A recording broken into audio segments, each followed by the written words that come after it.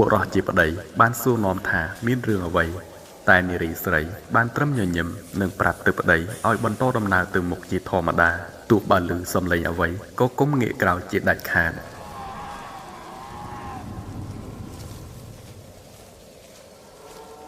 ដើមឡើយនាងជាប្រពន្ធពិតទទួលចំណេះដឹងច្រើនស្នងពីឪពុកទាំងក្បួនប្រយុទ្ធក្បួនដើរព្រៃមុនអាគមគាថារបៀនចាស់ថ្មីក៏សុទ្ធសឹងជាវិជាសម្ងាត់ដែលកម្រនឹងមាននរណាអាចចេះនិងដឹងបានអាស្រ័យហេតុនេះហើយទើបក្នុងពេលចេញដំណើរមកដំបូង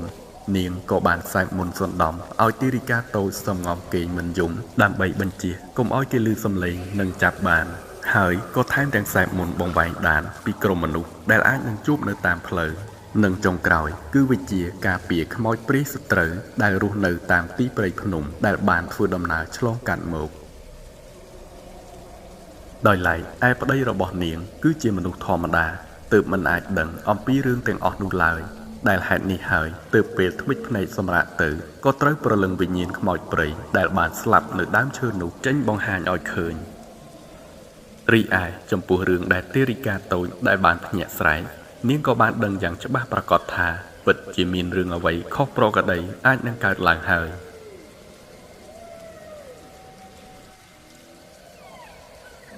លុះដំណើរបានចេញផុតឆ្ងាយបន្តិច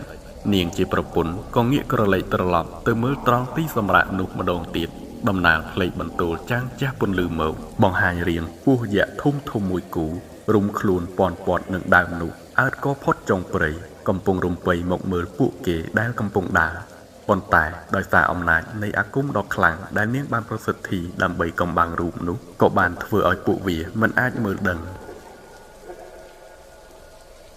តាមស្មានវាពិតពុំមែនមានតែពីរក្បាលនឹងទេជាក់ស្ដែងអាចនឹងមានច្រើនក្បាលផ្សេងទៀតដែលជាប្រភេទអំបូរកាចសាហាវខ្លាំងដែលបានរស់នៅរាប់រយឆ្នាំក្នុងទីព្រៃដ៏អាតកំបាំងនោះ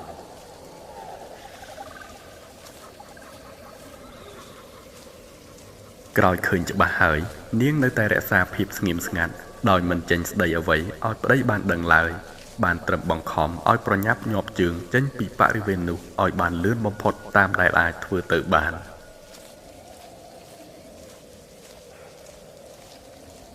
អំពិលអំពែងផ្អើលហើរព្រួងព្រាតតាមស្នាមផ្លូវដែលពួកគេបានដើរឆ្លងកាត់ដើររហូតផុតព្រៃស្ងាត់ទៅដល់ទីវាលស្រឡះមួយនិងមានច្រើនទៅដោយស្មៅលាស់លូតទៀបនៅលើដីទីខ្លះក៏ប្រទះមានផ្ការីកកញ្ចុំដុះនៅលាយឡំនិងអំបូររុក្ខជាតិបញ្ចេញពន្លឺប្លែកនាពេលយប់ក្រោយបន្ទាប់ពីរលកបាត់លែងសូវឃើញមានផ្សែងអាប់អណ្ដែតតាមទើបពួកគេដឹងខ្លួនថាពិតបានចេញផុតពីរបាំងព្រៃដ៏កាចសាហាវនោះហើយប៉ុន្តែស្នាមញញឹមនៅមិនទាន់នឹងរលកបាត់ផងជំហានបន្ទាប់ឆ្លងនាងនារីក៏បានដើរជាន់លើគ្រោងឆ្អឹងអ្វីម្យ៉ាងធ្វើឲ្យមុតបង្កឲ្យមានឈាមហូរសស្រាក់លុះពិនិត្យឲ្យច្បាស់ទើបដឹងថាជាគ្រោងឆ្អឹងរបស់មនុស្សនិងសត្វដែលឃើញនៅសេះសល់គោត្រៀបត្រាជុំវិញខ្លួននិងតាមកំបាំងព្រៃទៀបក្បែរបុរសជាប្តីបានហុចកូនទៅឲ្យនាងកាន់រួចបែរទៅបោចស្មៅមកខំទំពាដើម្បីបិទលើមុខរបួសបន្ថយការឈឺចាប់ខ្លះបានបណ្ដោះអាសន្នទីដែលពួកគេកំពុងស្ថិតនៅអាចជាអតីតភូមិរបស់ក្រុមណាមួយដែលត្រូវបានបោះបង់ចោលឬក៏អាចនឹងមានហេតុភេទអ្វីមិនល្អកើតឡើងដូចទៅនឹងតំបន់របស់ពួកគេដែរទើបធ្វើឲ្យជីវិតមនុស្សនិងសត្វបានស្លាប់ទៅយ៉ាងច្រើនបែបហ្នឹង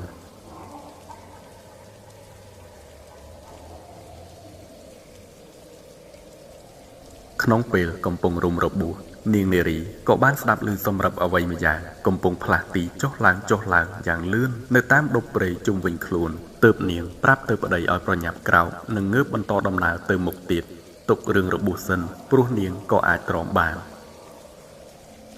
លុះដើរបានបន្តិចក៏ស្រាប់តែប្រសពនឹងប្រឡាយទឹកដ៏ធំមួយនៅក្បែរនោះប្រសិនបើមានទូកច្បាស់ជានឹងអាចបន្តដំណើរទៅមុខទៀតបានស្រួលសមបើជើងរបស់នាងកំពុងតែមានរបួសស្រាប់ផង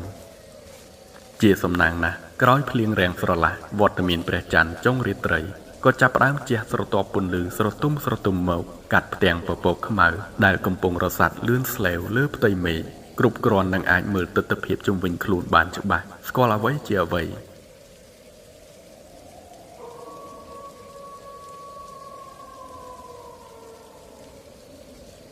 ខណៈនោះបុរសជាប្តីក៏បានយកដៃចង្អុលទៅក្នុងទឹកយល់ទូកខូចបាក់បែកជាច្រើនក៏ប្រទះឃើញមាននៅសល់មួយល្អនៅកោះអណ្ដែតឃ្លីងឃ្លោងក្បែរច្រាំងទើបរូតរះដើរចុះទៅចាប់ទាញមកក្បែរនឹងឡើងជិះទៅព្រមគ្នាដោយអារម្មណ៍រំភើបគ្រាន់តែពួកគេឡើងទូកផុតបានតែបន្តិច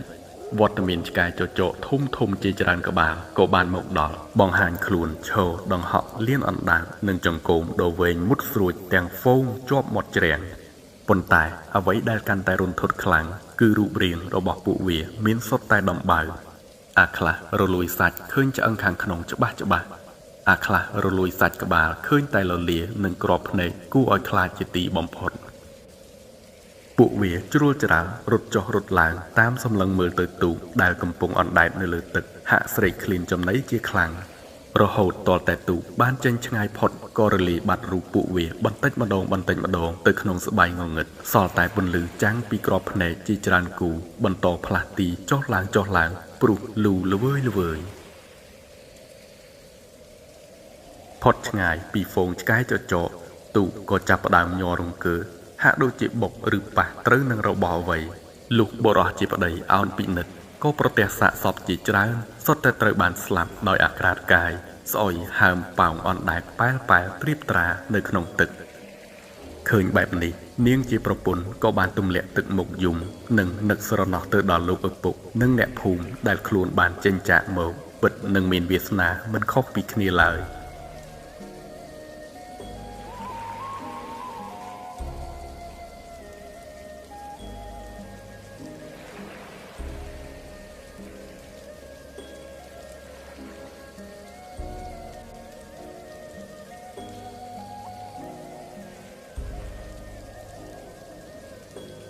ច្រើននាទីកន្លងផុតទូកក៏បានចូលរសាត់រហូតទៅដល់ដីគោកសន្តានដូចជាវាលភក់ដែលបានរឹងទើបធ្វើឲ្យទូកកលបាតទៅមុខលែងរួច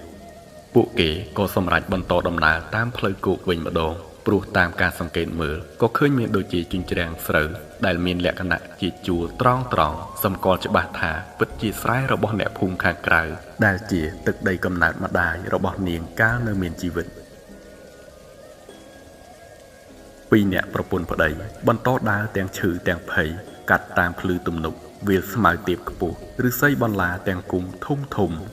ជួនក៏ប្រទះដីដំបូកខ្ពស់រោងអ្នកតាដើមពោធិព្រឹក្សដើមជ្រៃនិងបណ្ដារុក្ខជាតិប្លែកថ្មីដែលពួកគេពុំដែលស្គាល់ស្នូដកដង្ហើមញាប់ទៅ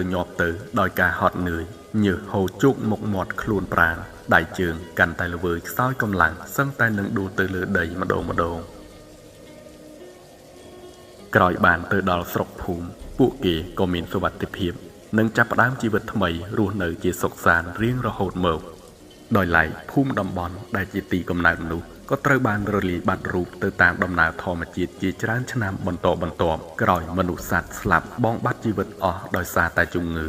ប៉ុន្តែទោះបីជាយ៉ាងណាក៏ដោយព្រលឹងវិញ្ញាណពួកគេគឺនៅតែវិលវល់និងសន្ធិដ្ឋនៅតាមព្រៃភ្នំក្រំថ្មនោះនៅមើលថែរក្សាការពាររាល់ជនទាំងឡាយណាដែលបានទៅបំផ្លាញធម្មជាតិ